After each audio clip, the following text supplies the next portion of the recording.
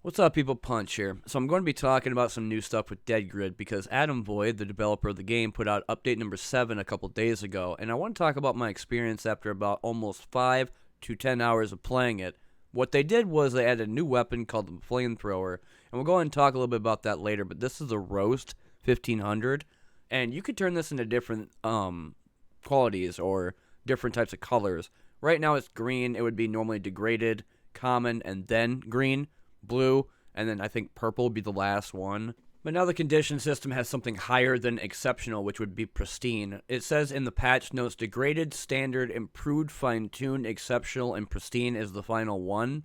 And with the flamethrower, there were a couple things I didn't really talk about in terms of what it exactly does. In the patch notes it says, flamethrowers are designed for mid to late game enemies with high health pools, dealing damage to the percentage of total HP instead of a flat number.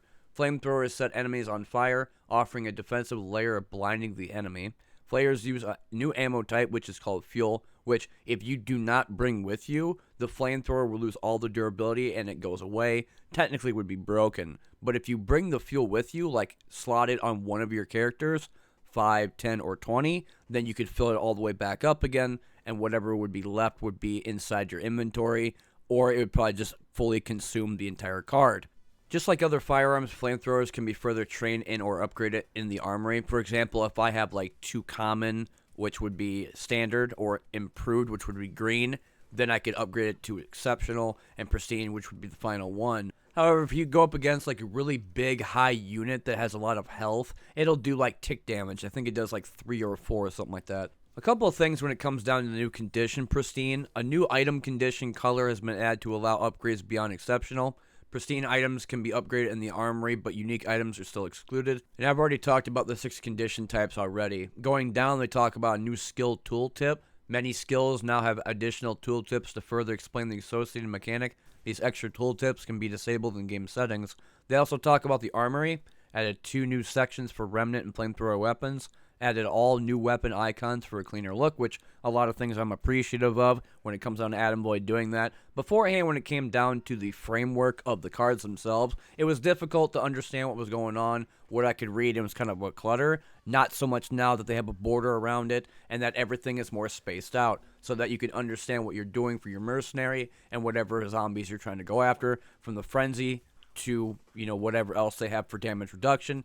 But moving on to the armory, upgrade points no longer drop a static value of plus 5, 10, 15, etc. Points are now generated with a new range based on rarity and armory drops. Talking about gear management, added a new sell all ammo amount, which it used to be individual. You could still do that, but they have sell valuables and sell junk, and that'll just instantly sell all the stuff you don't need on top of going into your inventory and selling degraded, exceptional, or whichever. The trader always resets cards to buy list when changing between tabs with sell or buyback selected. This was frequently requested feature in feedback. Last selected gear sorting option is now restored when returning to camp from a mission, another frequent feedback item. They also talk about the new assignment progression. Assignment progression has been completely reworked. Survivors no longer offer the same assignments twice, but assignment costs reputation to start, which if you do decide to accept it, it will cost you reputation. Survivors offer a chained sequence of assignments with appropriate rewards, meaning if you go and help out Slade and get his toolbox, you got to go get fuel after that and some other equipment like supplies. Another thing that was added was new mission content. They added a new mission called the Bunker of Rot with 2 new bosses.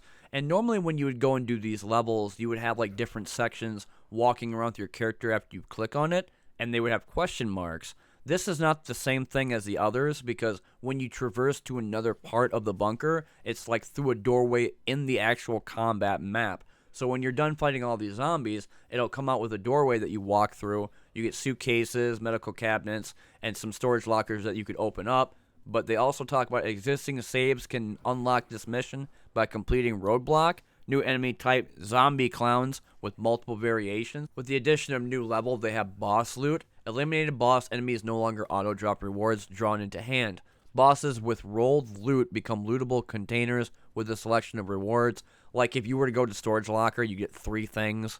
or if you went into a van, you get 4 things. Similar to that, but you'd have a box underneath it after you defeat the boss. And there are a couple times I've gotten legendaries, or what they call pristines, and then the exceptionals, which were purple, and some other things that were degraded garbage, or like something that was like high amounts of supply. So once the boss is defeated, there'll be a blue box right underneath them. You click on that character like if you were going to dig their grave, or if you were going to have a zombie like Mort eat them, then you'd be able to select whatever items from that boss. This change makes it easier to spot dropped rewards when the hand is full of cards or the player needs to pick up a unique item for an assignment. Going down the list, they talk about Remnant balance changes and perks. Added 8 elite perks to the Remnant class. Increased base HP at rank 1 from 80 to 100. Increased HP per rank from 30 to 50. Increased noise made by remnants at the end of a turn from 22 to 25. They also renamed a skill or fitness skill attribute called Preservation for the Remnant class. Increased the HP bonuses of all preservation nodes by 80%. This is only for Remnant class nodes. Victory screen and combat stats. A new combat stat UI is available on the mission victory screen. This is an additional dialogue toggled by the stats button, not replacing the original victory screen. They also added 15 new achievements, which I did see, for like doing 250 damage or taking out 250 elites or getting like a bunch of decent items from upgrading. With the current total of achievements in the game right now at 332. Combat training, a new card modifier has been added to every Merc called Prior Training. Each Merc now comes with a set of prior training points and different weapon types. Max training points for each weapon have been increased from 30 to 35. On top of the new weapons and gadgets, they had a couple new things I didn't really talk about earlier. The first thing, a new blunt weapon called Monkey Wrench, and they also have 5 unique variants of Monkey Wrench. The wrench itself has different means of damage, durability, noise, and accuracy. What it says on the card itself, damage would be pristine 45, 35 durability, noise is silent minus 15, and mind you, this would be a level 1 pristine, which would be the highest type of quality you could find in the game. They talk about the other modifiers: blunt 30% chance to stun, weapon party plus 13, weapon burden 10% stamina on melee attack when this weapon is used, meaning that whenever you're going to use it, it costs that much stamina to use on a specific weapon to attack an enemy with. Brain juice, a new type of item for luring.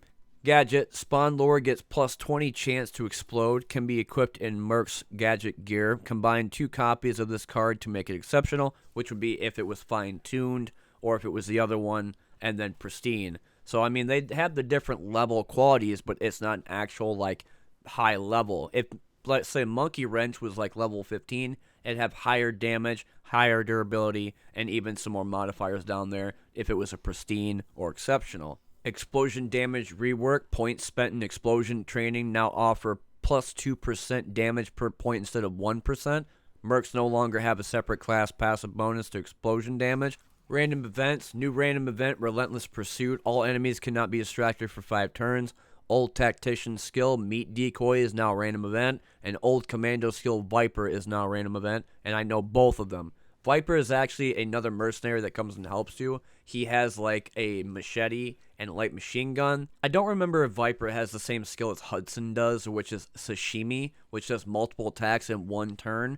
And one of the reasons why I love Hudson so much, because when an enemy pops up or when he attacks, he has this chance to do multiple strikes at once. Mort, which is a Revenant part of my crew, and a zombie, can do this as well, but he does it from where it's not just one attack, it's his left, right, and his head to where he bites them. And he could do this like maybe up to 8 times. I'm not sure the skill, I never really went back to go look at it, but it is definitely a thing.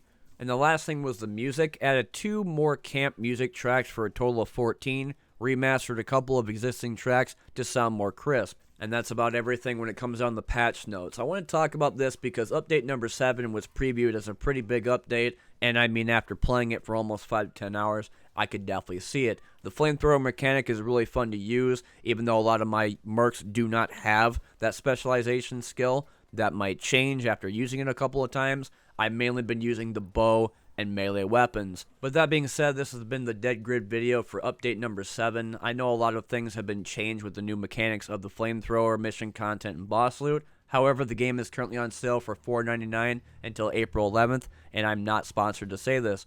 I just believe after almost 50 hours of play and being with it for a while, ever since I bought it for $10, the game deserves more love than what it has currently, and that more people should pick it up and try it out. If you are looking for a new card game that has zombies, mercenaries, guns, melee weapons, and being able to scavenge stuff, highly recommend people picking up Dead Grid and trying it out. Like I said, I've been One Nut Punch, and as always, I'll see you later in the next one. Thanks for watching, and I'll see everybody later.